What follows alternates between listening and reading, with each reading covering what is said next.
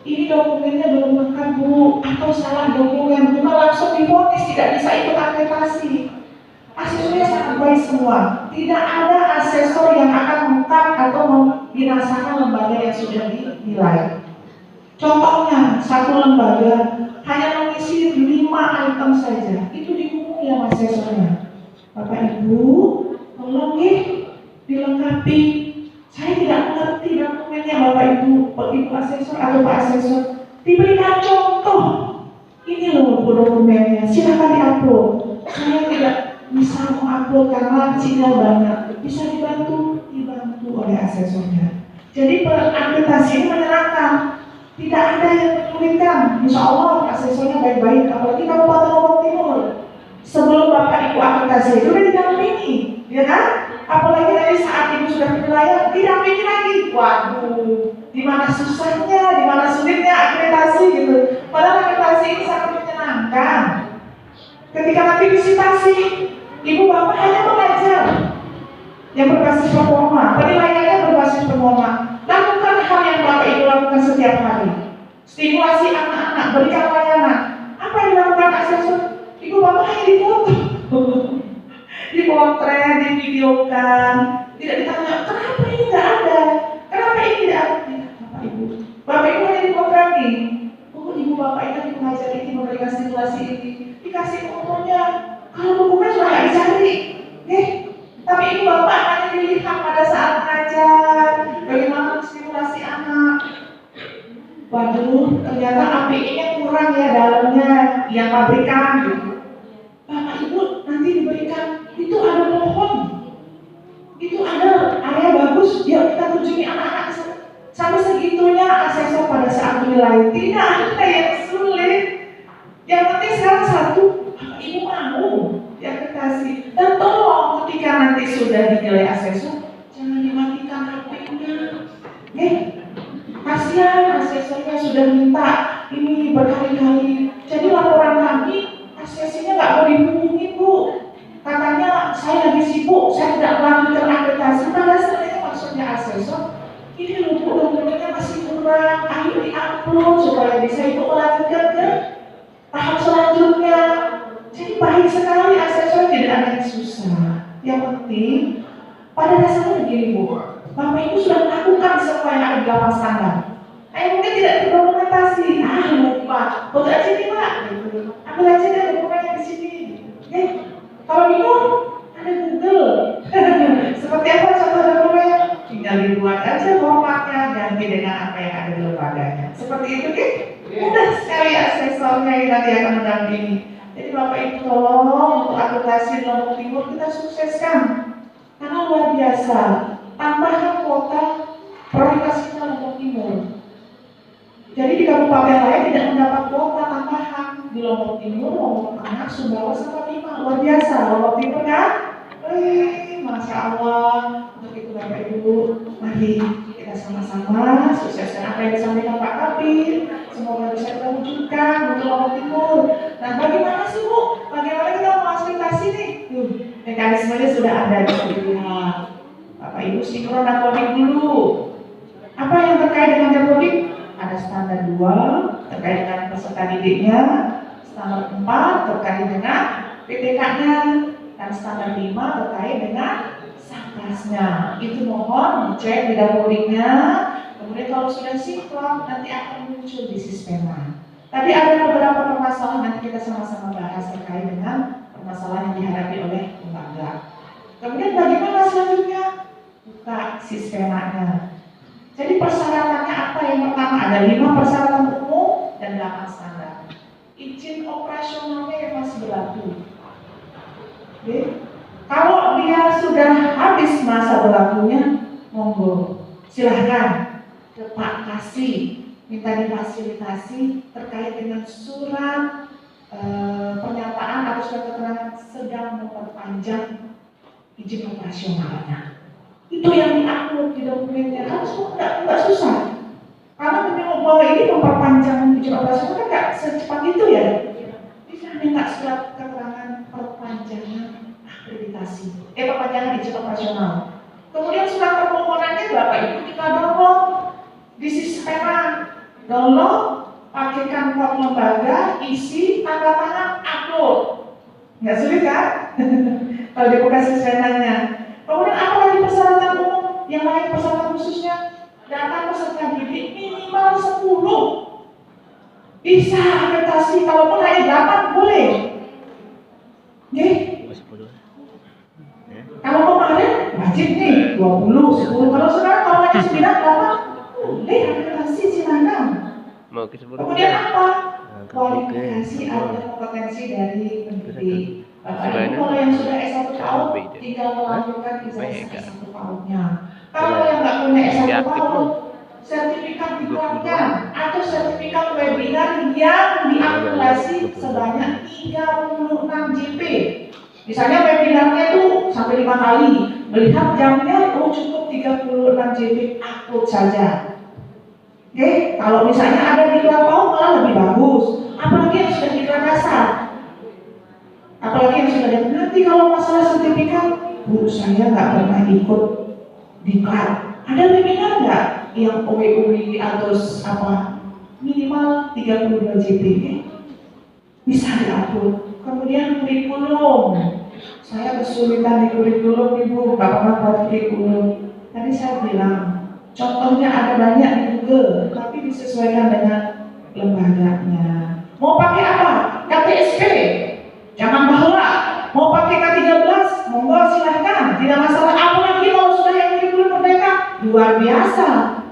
Upload, nah ini banyak bu kurikulumnya. Gimana cara upload? Di scan, menjadi kapasitasnya 2 MB. Nggak cukup bu, ternyata kalau di scan semuanya, ambil poin-poinnya. Ada izin operasi apa? Covernya nih, lembar pengesahannya, muatan struktur kurikulumnya, dokumen 1, dokumen 2 apa namanya, ambil sebagian. Nanti pada saat asesornya ke sana, baru ditunjukkan sepenuhnya. Ini loh bu kurikulum saya kemarin, tapi saya nggak sempat upload semua. Kan gampang tuh bu, Bapak Ibu. Jadi mudah sekali. Udah yang 5 persyaratan sudah dipahami. Tambah lagi 8 standar. Apa 8 standar? Standar isi, standar proses, standar dulu SK-nya, apa pencapaian perkembangan anak, kemudian standar saprasnya, standar PTK-nya, nanti akan dijelaskan oleh tim kami dari asesor. Dan bagaimana cara mengikut akan disampaikan oleh tim kami dari bank. Untuk itu Bapak Ibu, mekanismenya sudah saya jelaskan. Seperti apa kalau sudah dinilai mengisi PPA, Bapak Ibu namanya akan dinilai KPA di kualifikasi penilaian akreditasi. Kalau lolos KPA dengan skor yang sudah ditentukan, masuk ke visitasi. Yang di KPA ini nanti Bapak Ibu dihubungi sama asesornya. Pada saat penilaian KPA, Pak, ini dokumennya salah upload. Yang sebenarnya mau diupload foto ruangan bermain, ternyata yang diupload adalah kurikulum. Apa salah tempat? Boleh diganti. Kayak gitu loh Pak akreditasinya. Enggak sulit-sulit, enggak mahal, enggak merepotkan. Tinggal diganti saja. Seperti itu. Ini dokumennya kurang tepat Pak. Nanti diganti seperti apa? Dikasih contoh. Seperti ini. Kemudian bagaimana nih selanjutnya setelah di KPA? Lolos visitasi. Visitasinya 1 hari 8 jam. Tapi kalau misalnya asesornya sudah sampai jam 12 sudah selesai mengambil dokumen, pulang asesornya. Iya, mau silahkan. Silahkan kalau sudah jam 12 sudah ambil semua dokumen yang sesuai dengan instrumen, asesornya bisa langsung pulang, tak perlu repot-repot jadi makan siang segala macam, Maka takutnya nanti bawa ini. Nah itu sudah budaya timur kita silahkan, tapi dari kami sekiranya memang sudah selesai waktunya, jangan sampai merepotkan satuan. Apalagi sampai Bapak Ibu menyiapkan amplop.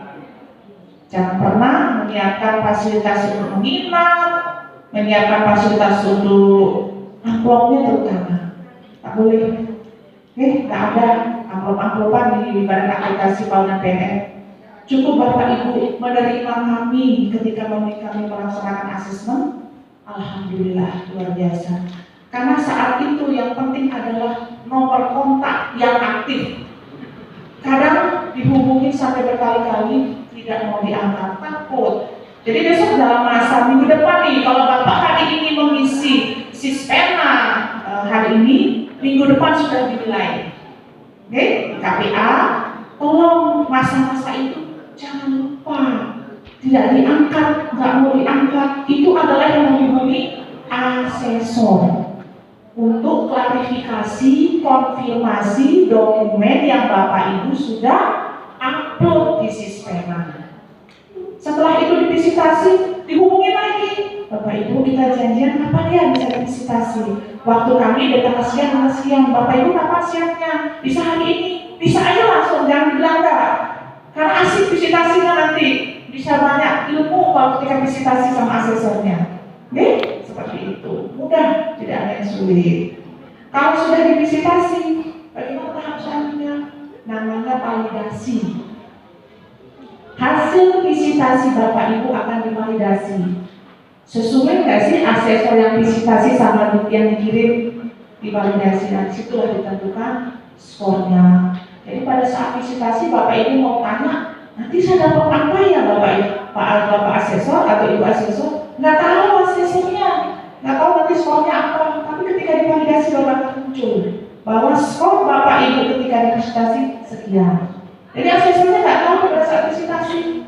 Mohon maaf, kami nggak tahu karena kami tidak bisa melihat nilai atau skornya saat itu. Pada saat validasi baru akan muncul skornya. Setelah divalidasi, lakukan rapat pleno, ditetapkan status Bapak Ibu itu apakah A, B, C, dan TT. Apa TT? Tidak terakreditasi. Itu bukan hal yang mengerikan ya. Kalau TT ini yang penggunaan, bisa jadi saat itu komisi tidak baik-baik di lembaganya. Untuk itu Bapak Ibu, kalau dirasa kurang, kalau dirasa tidak dipahami, silakan tanya apa yang menjadi kekurangan. Pada saat ini kesempatannya nanti bersama asesornya. Oke? Jadi seperti itu mekanisme akreditasi tahun 2023. Bagaimana terbit sertifikatnya atau apa? Sertifikatnya bisa di-download di Sispena. Sebelum sertifikat terbit akan terbit dulu SK penetapan status akreditasi yang bisa dilihat di websitenya Bank, atau biasanya nanti di-share di masing-masing kabupaten kota. Dari dinas akan memberitahu bahwa SK-nya sudah turun, tinggal nanti sertifikatnya bisa di-download di Sispena. Oke? Itu saja mungkin yang bisa sampaikan terkait dengan kebijakan dan mekanisme akreditasi. Bapak Ibu yang hadir hari ini merupakan suatu kehormatan dan kami apresiasi yang hadir saat ini mau menghadiri dan mau melaksanakan akreditasi. Seperti yang kita sampaikan dari awal, tahun depan akreditasinya sudah beda. Tidak ada lagi pembinaan seperti ini. Semuanya berbasis raport pendidikan yang Bapak akan Ibu sebentar lagi akan isi dari sulinjarnya. Jadi kan harus siap-siap dari sekarang. Kalau yang tidak akreditasi loh, tapi kalau yang sudah akreditasi muncul statusnya di sana menjadi status terakreditasi B atau A seperti yang disampaikan Pak Kabit tadi, minimal B. Bisa kita wujudkan Pak Timo? Ya.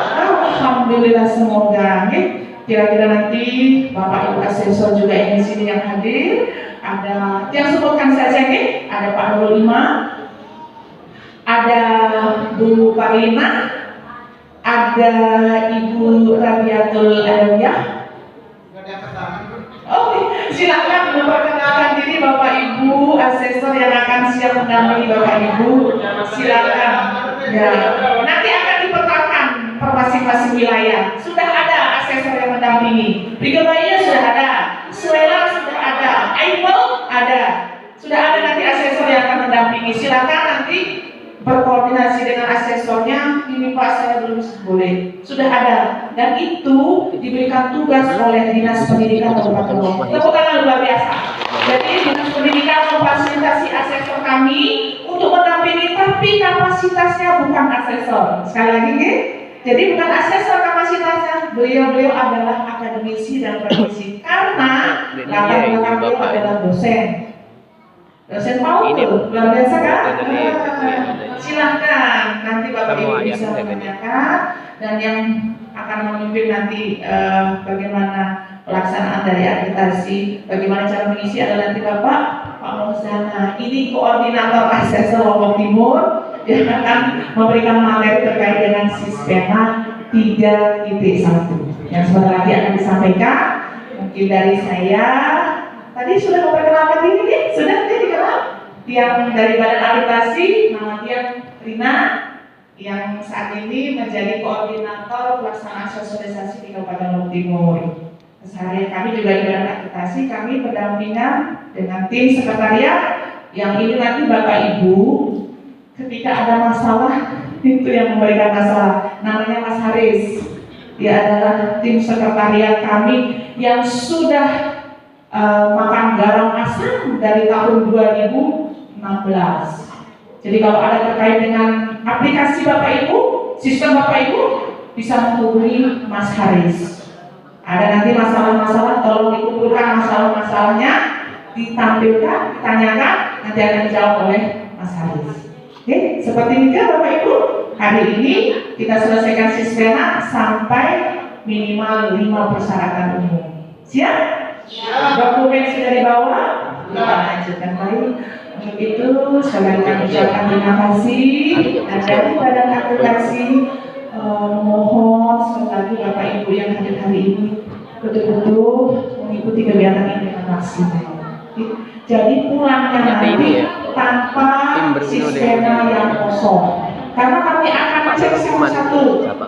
NPSM-nya ini baru berapa? Baru 7% dari sabuan. Minimal 60% hari ini. Oke, Sispena yang kami cek baru bisa pulang. Karena target kita Pak Kasih yang hadir hari ini pulang, pantang pulang sebelum mengisi Sispena. Setuju? Luar biasa Lombok Timur. Karena kami tidak mau membawa dengan tangan kosong, pulangnya dengan tangan kosong. Lombok Timur yang hadir, yang diundang 49, yang hadir berapa hari ini, semuanya mengisi, tidak ada yang tidak mengisi. Tanpa alasan nih, karena kemarin sudah disampaikan sama Pak Kasih bahwa undangannya itu harus membawa apa hari ini. Oke? Mohon Bapak Ibu menjadi perhatian kita bersama. Sekali lagi kami ucapkan terima kasih Tunas Amul dan Agung terkait dengan apa yang dia sampaikan, keberlakuan kami, iklan kami yang telah berkenan. Mas Amul dan Agung, sekian dari kami. Salam semangat, salam satu hati untuk akreditasi. Assalamualaikum warahmatullahi wabarakatuh. Waalaikumsalam.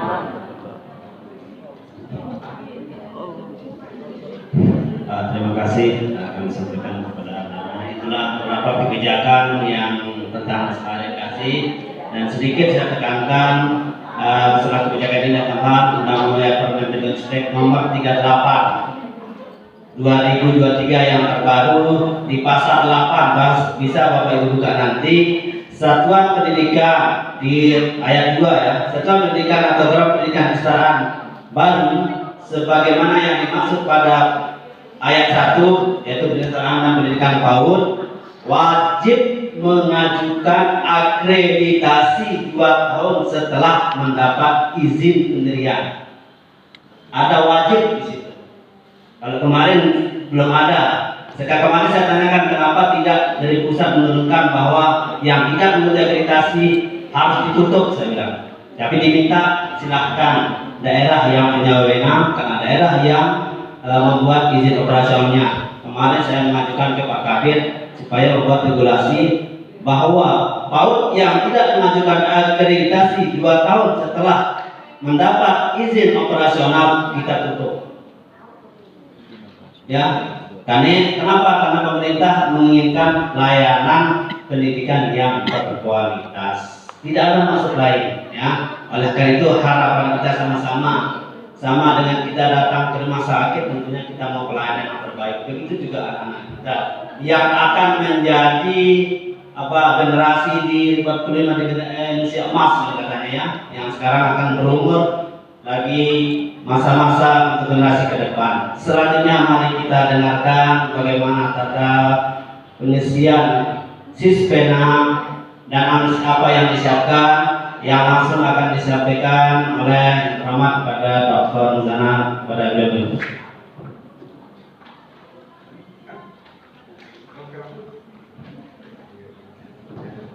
Oke,